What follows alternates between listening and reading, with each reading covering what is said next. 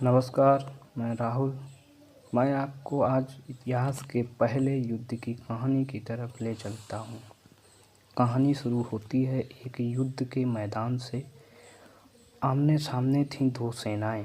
एक तरफ थे 10 राजा जिनका नेतृत्व कर रहे थे पुरु वंश के राजा, और दूसरी तरफ खड़े थे राजा सुदास। सुदास भरत वंश से आते थे। भरत और पुरु वंश का नाम आपने महाभारत में सुना होगा, लेकिन यह कहानी बहुत पहले की थी। ऋग्वेद के 7वें मंडल के लेकिन यह कहानी बहुत पहले की है। ऋग्वेद के 7वें मंडल के 18वें, 33वें व 83वें सूक्त में एक युद्ध का वर्णन मिलता है, जिसे 10 राग युद्ध कहा जाता है। 10 राग यानी 10 राजाओं के बीच लड़ा गया युद्ध। कब हुआ युद्ध? बात ये बहुत पुरानी है, इस कारण सही तारीख बता पाना मुश्किल है, लेकिन अधिकतर इतिहासकार मानते हैं कि यह युद्ध 3 से 4 हजार साल पहले हुआ होगा। कहाँ हुआ? परसी नदी यानी रावी नदी के किनारे हुआ। क्यों हुआ? ऋग्वेद का एक सूक्त बताता है कि राजा सुदास तुतसु समुदाय से आते थे। वह भरत वंश के राजा थे। भरत वही जिन्हें हम दुष्यंत व शकुंतला के पुत्र कहते थे, और जिनके नाम पर इस देश का नाम भारत पड़ा। राजा भरत के पीढ़ी में एक राजा हुए देवोदास, और देवोदास के बाद राजा बने सुदास। और इनके समय में भरत वंश व पुरु वंश के बीच तनाव पैदा हो गया। पुरु वंश व भरत वंश में तनाव का कारण क्यों बना, पक्के तौर पर नहीं कहा जा सकता है, लेकिन इस मामले में 2 मत हैं।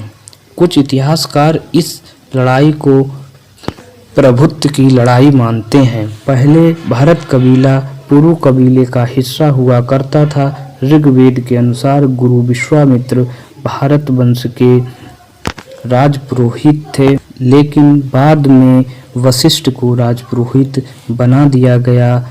यह कारण हो सकता है। हालांकि ये अन्य इतिहासकारों के अनुसार एक ऐसी चीज जिसके बिना जी पाना असंभव है, जो है पानी। पानी जीवन में मुख्य उपयोगी रहा है। ऋग्वेद में कृषि मुख्य साधन थे, और उस समय पानी सिर्फ नदियों से आता था। इसीलिए कुछ इतिहासकारों ने कहा शायद नदियों पर अधिकार पाने के लिए ही भारत कबीले और पुरु कबीले बीच के युद्ध का कारण बना। इसके अलावा भी कुछ थ्योरी हैं कि जैसे पशुधन को लेकर विवाद हुआ होगा। बहरहाल कारण जो भी रहा हो, भारत वंश पुरु वंश आमने सामने आ गए। पुरु वंश अकेला नहीं था, उसके साथ कई कबीलों की सेनाएं थीं। इस संघ को पुरु नेतृत्व कर रहे थे और इसकी मदद कर रहे थे विश्वामित्र। इस संघ में कौन थे? इस संघ में शामिल समुदाय थे अनु, यदु, भृगु, दुहिम, तुर्वस और अन्य समुदाय शामिल थे। ऋग्वेद के अनुसार संघ की सेनाओं में 66,000 सेनाएं थीं।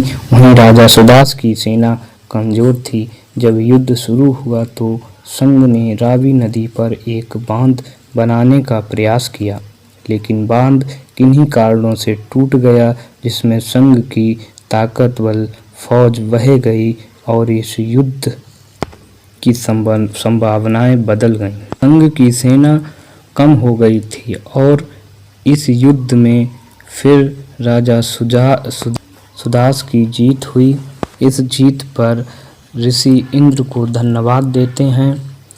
राजा सुदास इसके बाद कुरुक्षेत्र की तरफ बढ़ जाते हैं, कुरुक्षेत्र में निवास करते हैं और फिर बाद में वहां पर एक राजसूय यज्ञ करते हैं, जिसका उल्लेख हमें ऋग्वेद से प्राप्त होता है।